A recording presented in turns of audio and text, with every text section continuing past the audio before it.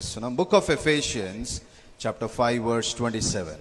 పురుషులారా మీరును మీ భార్యలను ప్రేమించుడి, అటువలే క్రీస్తు కూడా సంఘమును ప్రేమించి అది కలంకమైనను ముడతైనను అట్టిది మరి ఏదైనను లేక పరిశుద్ధమైనది గాను నిర్దోషమైనది గాను మహిమగల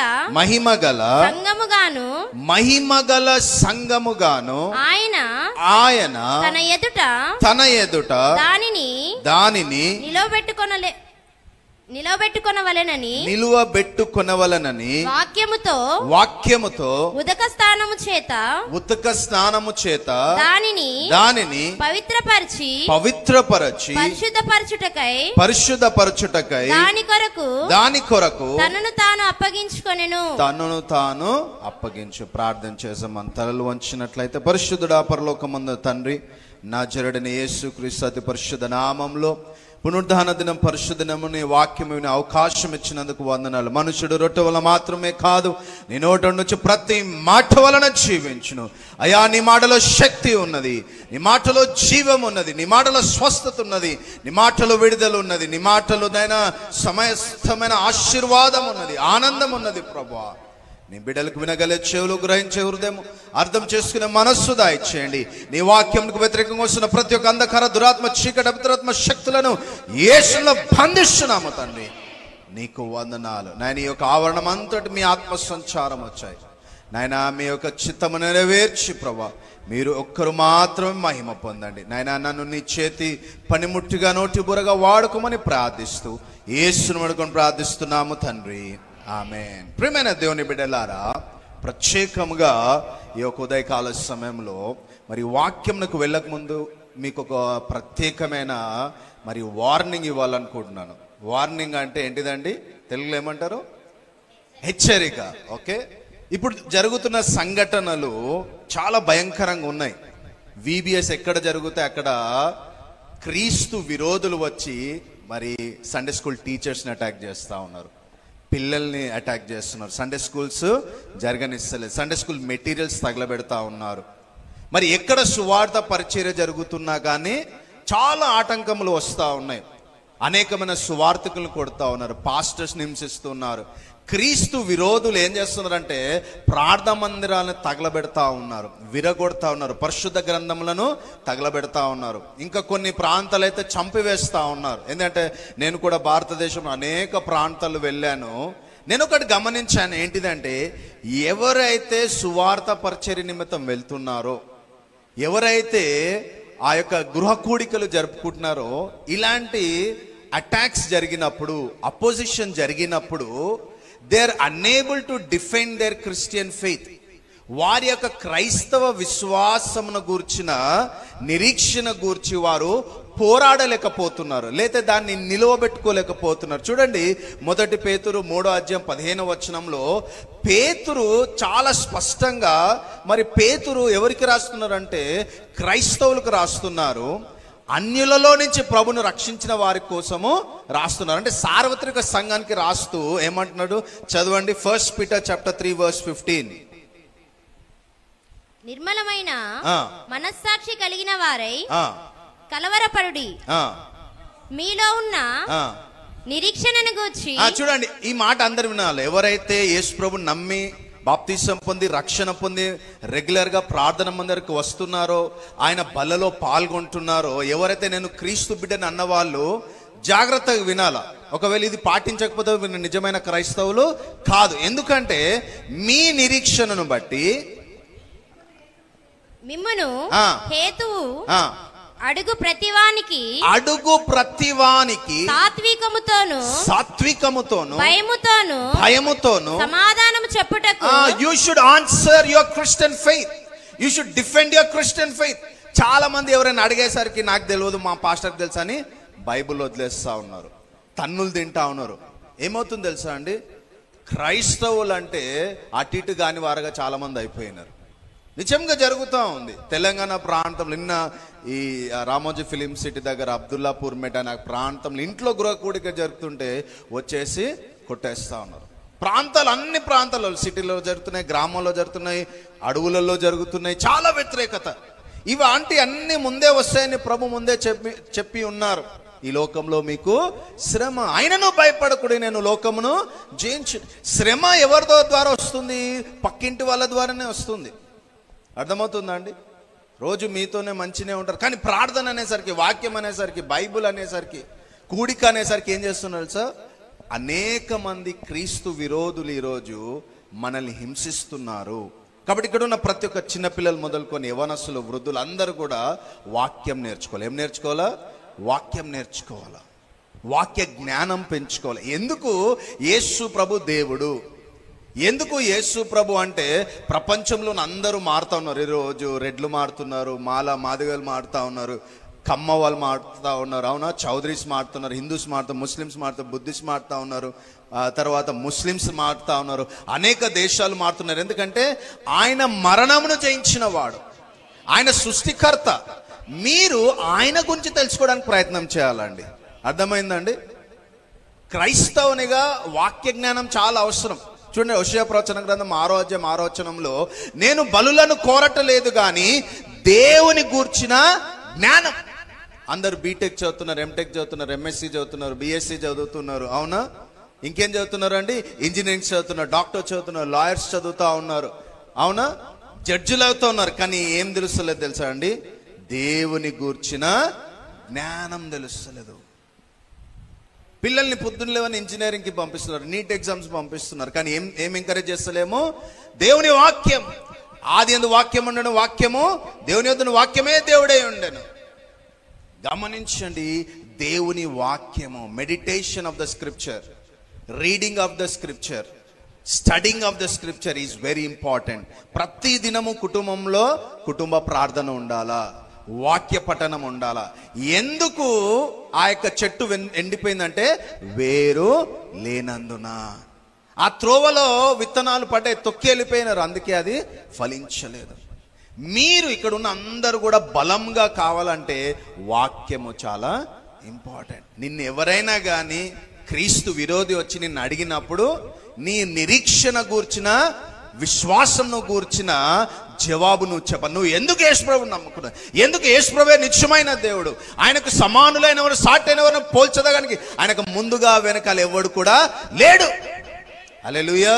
ఆయనకు మరణము లేదు, ఆయనకు వయస్సు లేదు. పరలోకమైన సింహాసనం, భూమి ఆయన ఈ వెండి బంగారాలతో కట్టిన వాటిలలో ఉండడు.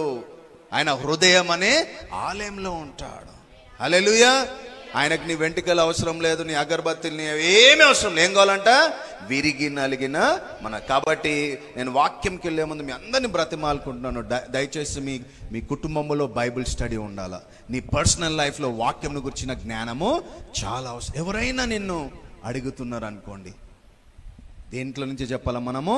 ఇదిగో యేసు ప్రభుని సాతాను శోధించింది. మత్తయి సువార్త 4వ అధ్యాయం, లూకా సువార్త 4వ అధ్యాయంలో ప్రభువారు ఏమంటున్నారు? ఇదిగో లేఖనముల ప్రకారం. కాబట్టి ఇక్కడున్న పిల్లలందరూ you should read the word. ఇక్కడున్న గర్ల్స్ కానీ బాయ్స్ కానీ ఏం చదవాలా? రోజు మెమరీ వర్సెస్ రాయాలా, మెమరీ వర్సెస్ చదవాలా. దేవుడు మీ కుటుంబంలో వ్యక్తిగతంగా మీ అందరు వాక్యంలో ఎదుగును గాక. హల్లెలూయా. చూడండి, వాక్యంలోనికి వెళ్దాము. ఎఫెసీ పత్రిక 5వ అధ్యాయం 27వ వచనంలో యేసు ప్రభువారు ఆయన సంఘంను గురించి చెప్తా ఉన్నాడు. ఏం చెప్తున్నాడు తెలుసా అండి? నేను మహిమ గల సంఘమును నేను తయారు చేస్తా ఉన్నాను. మహిమ అంటే ఈ యొక్క మాట మరి హిబ్రూ భాషలో మనం చూసినప్పుడు కబోద్ అంటారు. హిబ్రూ భాషలో ఏంటిదండి? కబోద్. ఎందుకంటే మన పాత నిబంధన కూడా హిబ్రూ భాషలో రాయబడి ఉంది. యేసు ప్రభు వచ్చే సమయానికి అప్పుడు గ్రీకు భాష మనము చూస్తాము. గ్రీక్ లో డోక్సా అంటారు, డోక్సాలజీ లేదా డోక్సా, మహిమ. అదే యేసు ప్రభు వారు మాట్లాడిన భాష అరామిక్ భాష. ఆ అరామిక్ భాష యొక్క అర్థం కూడా డోక్సా. కాబట్టి యేసు ప్రభు వారు ఆయన మహిమ గల సంఘమును కడతా ఉన్నారు. అందరు నాతో చెప్పండి, నేను మహిమ గల బిడ్డను, నేను మహిమ గల గుంపును, నేను మహిమ గల సంఘమును. చూడండి, మహిమ అంటే దేవుని సన్నిధి, దేవుని యొక్క ప్రసన్నత, దేవుని యొక్క వెలుగు, దేవుని యొక్క జ్ఞానము, ఈ యొక్క దేవుని యొక్క ఔన్నత్యము, దేవుని యొక్క ఐశ్వర్యము. It is called the majesty of God, the divine presence of God, the glory of God. అనగా దేవుని యొక్క మహా ఉన్నతం. ఇంతకు వరకు పాట పాడారు, సుగుణాల సంపన్నుడు. దేవుని యొక్క మంచితనము, దేవుని యొక్క మహిమ అంటే దేవుని యొక్క గొప్పతనము వర్ణించలేము, మనం వివరించలేము. కాబట్టి ఆయన దరిద్రమైన సంఘంని ఆయన తయారు చేస్తలేడండి. ఆయన ఏ సంఘంని కట్టే దేవుడు కాదు. ఆయన పెంతుకోస్ సంఘం కానీ, లేదా బాప్టిస్ట్ సంఘం కానీ, మెనోనైట్ కానీ, హెబ్రోన్ కానీ, హోసన్నా మందిర్ కానీ, 45,000 డినామినేషన్స్ ఎన్ని ఉన్నాయండి? కుక్కలు కూడా సంఘాలు ఉన్నాయి, పిల్లులు కూడా సంఘాలు ఉన్నాయి. ఒక ఆయననేమో యెహోవానే దేవుడు అంటాడు, ఇంకొకడేమో యేసు ప్రభే దేవుడు అని, ఇంకొకనే పరిశుద్ధాత్మనే దేవుడు అంటాడు, పరిశుద్ధాత్మ తల్లి సంఘం. ఇలాగా ప్రపంచంలో కొన్ని వేల డినామినేషన్స్ ఉన్నాయి. యేసు ప్రభు డినామినేషన్స్ ని కడతలేడు. ఆయన దేన్ని తయారు చేస్తున్నాడండి? మహిమ గల గుంపు. ఈ యొక్క మాట సంఘము అంటే పిలువబడిన జనాంగము, ప్రత్యేకింపబడిన అభిషేకింపబడిన జనాంగము. గమనించండి, మిమ్మల్ని దేవుడు పిలిచి ఉన్నాడు. మీరు ఎన్నుకొనబడిన వారు, మీరు ప్రత్యేకింపబడిన వారు, మీరు అభిషేకించబడిన వారు. మీలో ఏముండాలా? దేవుని యొక్క జ్ఞానం ఉండాలి, దేవుని యొక్క ఔన్నత్యము, గొప్పతనం ఉండాలి, ఆయన యొక్క సన్నిధి ఉండాలి, ఆయన వెలుగు ఉండాలి, ఆయన ప్రభావం ఉండాలి, ఆయన జ్ఞానం ఉండాలి. దేవుడు ఒక దరిద్రమైన సంఘమును దేవుడు తయారు చేస్తున్నాడు. ఆయన ఎలాంటి సంఘం చేస్తున్నాడు? మహిమతో నింపబడిన, ఐశ్వర్యముతో నింపబడాలంట. హల్లెలూయా. ఐశ్వర్యం అంటే నిజంగా ఏంటి తెలుసా అండి? వెండి బంగారాలు, మనులు, మాణిక్యాలు, వజ్రాలు. హల్లెలూయా. ఆస్తులతో నింపబడాలంట. అందుకే వాక్యం ఏమంటుంది? నన్ను ప్రేమించిన వారిని నేను ఆస్తికర్తలుగా చేశాను. దేవుని యొక్క మహిమతో నింపబడాలి. ఇక్కడ ఉన్న ప్రతి ఒక్కరు కూడా మనము మహిమతో నింపబడి ఈ భూమిని మనం ఏమంట స్వాధీనపరచుకోవాలి. ఎక్కడుంది చూడండి, ఆదికాండం 1వ అధ్యాయము 28వ వచనము. మరి మీ జీవితంలో మరి ఈ వాక్యము నెరవేర్చబడుతుందా? చదవండి. దేవుని యొక్క చిత్తం ఏంటిదంట? మనం ఆశీర్వదించబడాలి. అడుక్కునే వారిగా ఉండొద్దండి. దేవుని చిత్తం ఏంటిదంట? They are the blessed people. మనం విమోచింపబడిన వారము. మనం ఎవరమండి? చీకటిలో నుండి ఆశ్చర్యకరమైన వెలుగులోనికి వచ్చిన వారం. మనకి లోకస్తులకి సంబంధము లేదు, పోలిక లేదండి. మనం ఆత్మానుసారులు, వాళ్ళు శరీరానుసారులు. మనము పైనుండి ఆయన మూలంగా పుట్టిన వారము, వారు రక్త మాంసములతో పుట్టిన వారం. మనము నీటి మూలంగా, ఆత్మ మూలంగా జన్మించిన వారు భూలోకానుసారులు. కాబట్టి దేవుడు ఆయన ఎన్నుకొనబడిన వారు బట్టి ఏమంటాడు? మీరు ఆశీర్వదించబడాలి. హల్లెలూయా.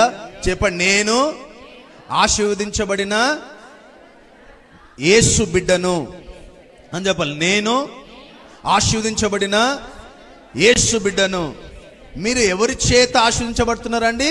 యేసుక్రీస్తు ప్రభువారి చేత. ఆశీర్వాదము నాకు మిమ్మల్ని వారసగులకు ఆయన నిన్ను పిలిచి ఉన్నాడంట. ఆయన సియోనులో నుండి నేనేం చేస్తా ఉంటున్నాడంట? నీ విధేయత వలన నువ్వు ఆశీర్వాదం పొందుతారండి. నీ పరిశుద్ధత వలన నువ్వు ఆశీర్వాదం పొందుతావు. నీ భక్తి జీవితం వలన ఆశీర్వాదం పొందుతావు. దేవుని జ్ఞానం వలన నీవు ఆశీర్వాదం పొందుతావు. ఎందుకంటే యేసు రక్తం ప్రతి పాపం నుండి కడిగి, ఆయన రక్తము ద్వారా నువ్వు ఆశీర్వదించబడతావు. హల్లెలూయా. గమనించండి, ఆయన రక్తము ద్వారా నీకు ఆశీర్వాదము. ఆయన నీతి నీ నీతి అయిన. ఎందుకంటే మన నీతి మురికి గుడ్డలు. ఈ పరిశుద్ధ గ్రంథములో ఉన్న మాటలే మన ఆధార్ కార్డు. హల్లెలూయా. ఇదే మన ఆధారం, ఇదే మన ఆశ్రయము, ఇదే మన భవిష్యత్తు. హల్లెలూయా. చెప్పండి, యేసు మాటలే, దేవుని మాటలే నా భవిష్యత్తు అయి ఉన్నది. దేవుని మాటలే నా ఆధారమై ఉన్నది, నా ఆశ్రయమై ఉన్నది, నా ఆశీర్వాదమై ఉన్నది. హల్లెలూయా. ఈ మాటలు నీ నోటిలో ఉండాల, నీ యొక్క నుదటి మీద ఉండాలి, నీ మణికట్టుల మీద ఉండాలి, ఇంటి గుమ్మంల మీద ఉండాలి. లేచినప్పుడు, బయటకు వచ్చినప్పుడు, కూర్చున్నప్పుడు, పడుకున్నప్పుడు. ద్వితీయోపదేశకాండం 6వ అధ్యాయం 5వ వచనం ఏముంటుందండి? మీ పిల్లలకి ఇవి నేర్పించుడి. ఏం నేర్పిస్తున్నాం మనము? సినిమా పాటలా, సీరియల్సా, లోక సంబంధమైన మాటలా? కాదండి. నీ పిల్లల తరములు ఎప్పుడు కూడా బిచ్చమెత్తుకోరు. హల్లెలూయా. అందరు నాతో చెప్పండి, నా గిన్నె పొంగి పొర్లును గాక, నిశ్చయముగా కృపాక్షేమములే నా వెంట వచ్చును గాక. హల్లెలూయా. నీ ఎమ్మట ప్రతి కీడు మేలుగా మార్చబడును గాక, మీ దుఃఖము సంతోషంగా మార్చబడును గాక, మీ కన్నీరు నాట్యంగా మార్చబడును గాక, యేసు నామములో ప్రతి శాపము ఆశీర్వాదంగా మార్చబడును గాక, ప్రతి కొరత సమృద్ధిగా యేసులో మార్చబడును గాక. హల్లెలూయా.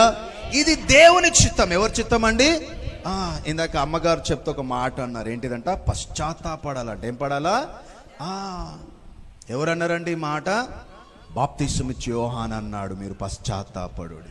యేసు ప్రభు అన్నారు, మీరు పశ్చాత్తాపడుడి. పేతురు అంటున్నాడు అపోస్తల కార్యం 2:38 మీరు పశ్చాత్తాపడుడి. హల్లెలూయా. అంటే నీ యొక్క పాప మనస్సు రోజు మనం ఏం పడాలంటే ప్రభు సన్నిధిలో అంటే పశ్చాత్తాపం అంటే ఏంటిది? చేసిన తప్పు గురించి మనం ప్రభు దగ్గర ఒప్పుకోవాలా, క్షమాపణను పొందుకోవాలా.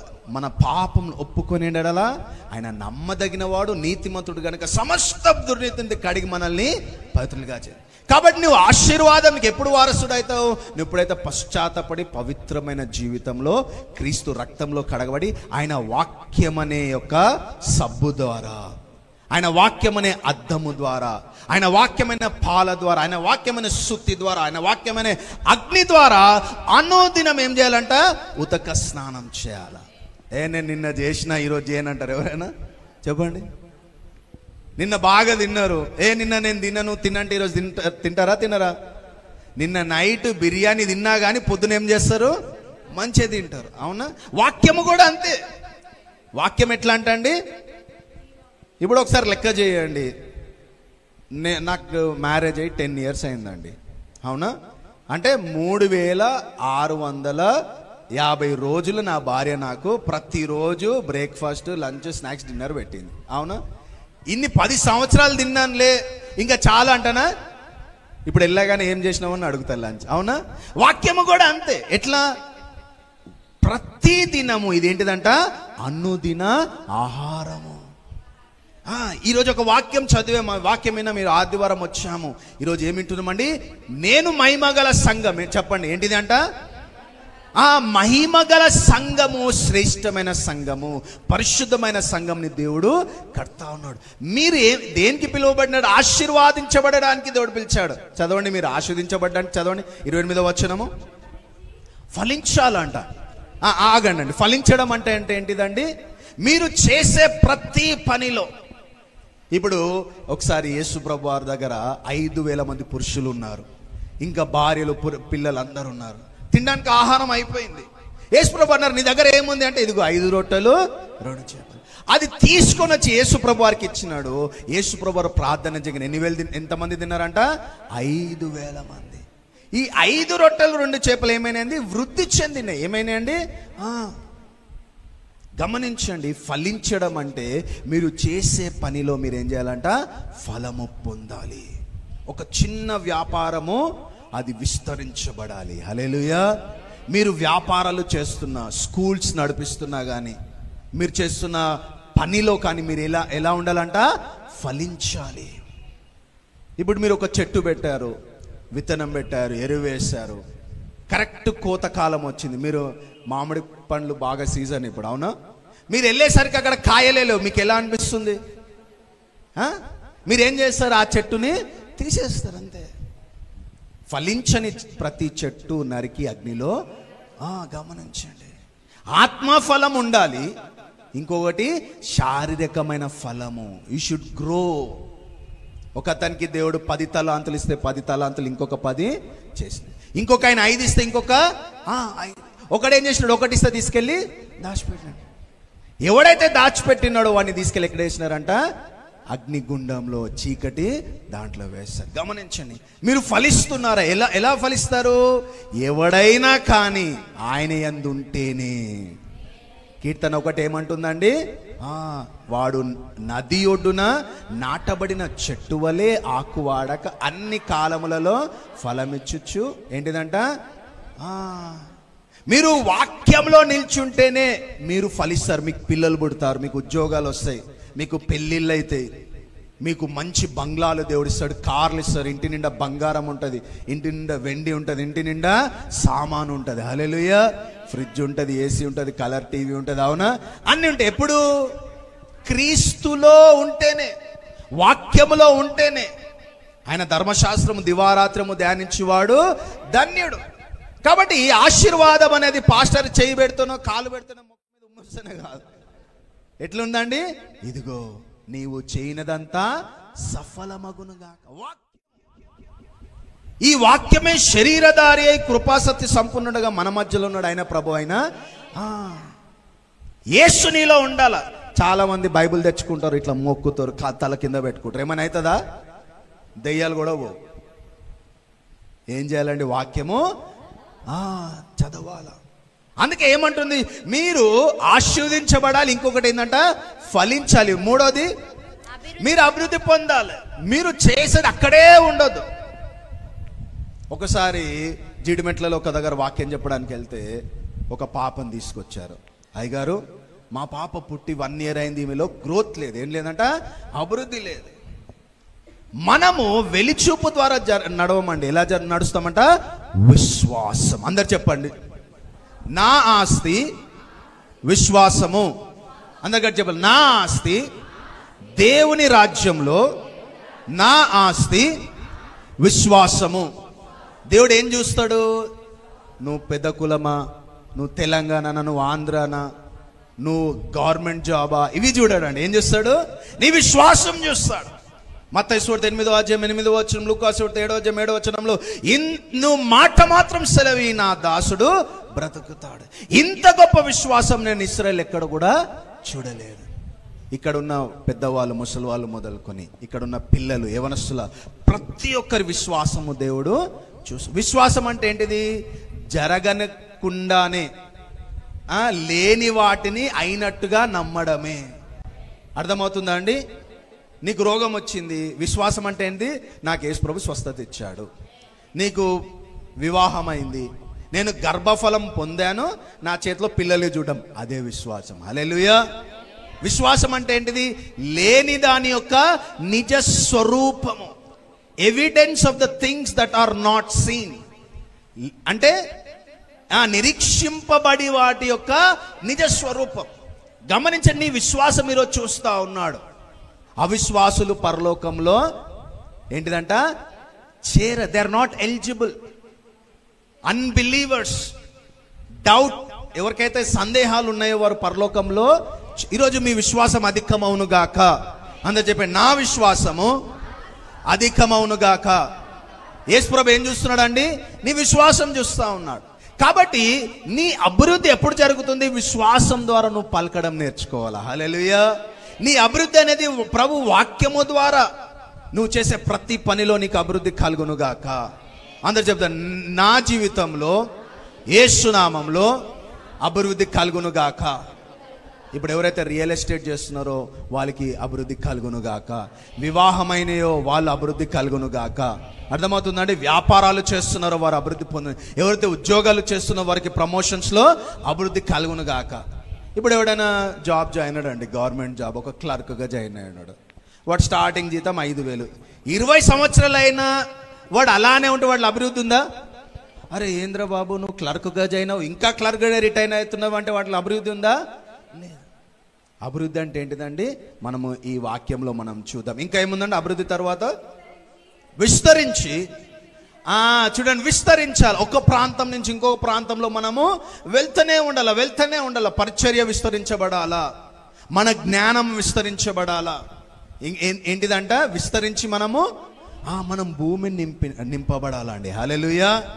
మీ పిల్లలు విస్తరించబడును గాక. కొంతమంది పిల్లలు అమెరికాలో ఉంటారు, లండన్లో ఉంటారు, ఆస్ట్రేలియాలో ఉంటారు. అవునా? అనేక దేశాల్లోనూ మన పిల్లలు ఉండాలా. హల్లెలూయా. గమనించండి, ఇది దేవుని చిత్తం. అయితే ఈ దేవుని చిత్తం ఏమైపోయిందంట? ఆది కాండము 3వ అధ్యాయం వచ్చేసరికి ఏమైపోయిందండి? పాపము వలన వాళ్ళు దేవుని మహిమను కోల్పోయి ఉన్నారు. ఏదెను తోట నుంచి గెంటి వేయబడ ఉన్నారు. ఆ సమయంలో దేవుడు ఒక వ్యక్తిని చూశాడు. ఆయన పేరు నోవా. దేవుని దృష్టిలో 6వ అధ్యాయంలో నోవాహు దేవుని దృష్టిలో ఎలా ఉన్నాడంట? కృప పొందిన వాడుగా ఉన్నాడంట. ఎలా ఉన్నాడండి? కృప పొందిన.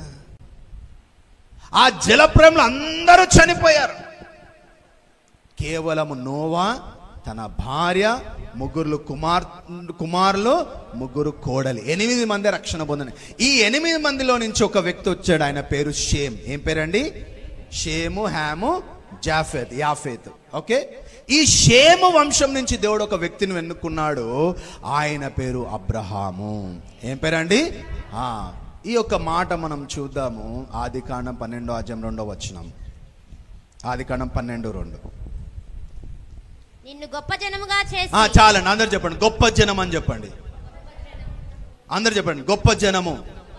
Great nation. అందరు చెప్పండి గ్రేట్ నేషన్. దేవుడు అబ్రహాంని పిలుచున్నాడు. ఏం పిలిచినాడంట? మీరు 11వ అధ్యాయం చదివినప్పుడు చెల్డియన్స్ అంటే ఇప్పుడున్న ఇరాక్ అనే దేశం. అక్కడ వీళ్ళ యొక్క తల్లిదండ్రులు టేరా, ఈ యొక్క తల్లిదండ్రులు అబ్రహాం యొక్క వంశీకులు ఏం చేసేవాళ్ళంట? బొమ్మలు చేసుకుని ఊరూరు తిరిగి విగ్రహాలు అమ్ముకునేవారు. ఈ యొక్క వ్యక్తిని ప్రభు పిలుచుక మాట్లాడు, అబ్రహాము నువ్వు ఉన్న స్థితిలో నుంచి, గ్రామం నుంచి లేచి రా, నేను నిన్ను చూపించబోవు పాలు తేనెలు ప్రవహించు కనాను దేశం. ఈ కనాను దేశంలో సుమారు వంశీకులు ఉన్నారండి. కనానీలు, హిత్తీలు, పెరిజేలు, అమోరీలు. అవునా? వీళ్ళందరినీ దేవుడు ఏం చేసినాడు? అబ్రహాము ద్వారా, ఇస్సాకు ద్వారా, యెహోషువ ద్వారా ఏం చేసినాడంట? సర్వ నిర్మూలన చేసినాడు. ఫిలిస్తీన్లని నిర్మూలన చేసినాడు, మోయాబీలని నిర్మూలన చేసినాడు, అమాలేకులను నిర్మూలన చేసినాడు, అమోరీలను నిర్మూలిస్తున్నాడు. వీళ్ళందరినీ, శత్రువులందరినీ ఏం చేసినాడంట? దేవుడు సర్వ నిర్మూలన చేసి వీరిని ప్రత్యేక జనాంగంగా చేశాడు. చూడండి, ద్వితీయోపదేశకాండం 14వ అధ్యాయము 2వ వచనము. ద్వితీయోపదేశకాండం 14వ అధ్యాయం 2వ వచనము. ఏలయనగా నీ దేవుడైన యెహోవాకు నీవు ప్రతిష్ఠ జనము. చూడండి, పాత నిబంధన చదివినప్పుడు దేవుడు ఇశ్రాయేల్ ప్రజల్ని ఏం చేసినాడండి? ప్రతిష్ఠ. You are a peculiar people. మీరు ఏమంటున్నాండి? మీరు ప్రతిష్ఠ జనము. అందరి మాట చెప్పండి. పాత నిబంధనలో ఇశ్రాయేల్ అందరు ఎవరండి? ఎన్నుకున్నాళ్ళు కూడా చెప్పాల, ప్రతిష్ఠ జనము. గడికి చెప్పాల, ప్రతిష్ఠ జనము. నూతన నిబంధనలో ఉన్న వాళ్ళందరూ ఎవరు? మహిమగల సంఘం. అందరూ చెప్పండి. పాత నిబంధనలో they are the peculiar people, but in the New Testament we are the glorious church of the body of Christ. Hallelujah. ఈ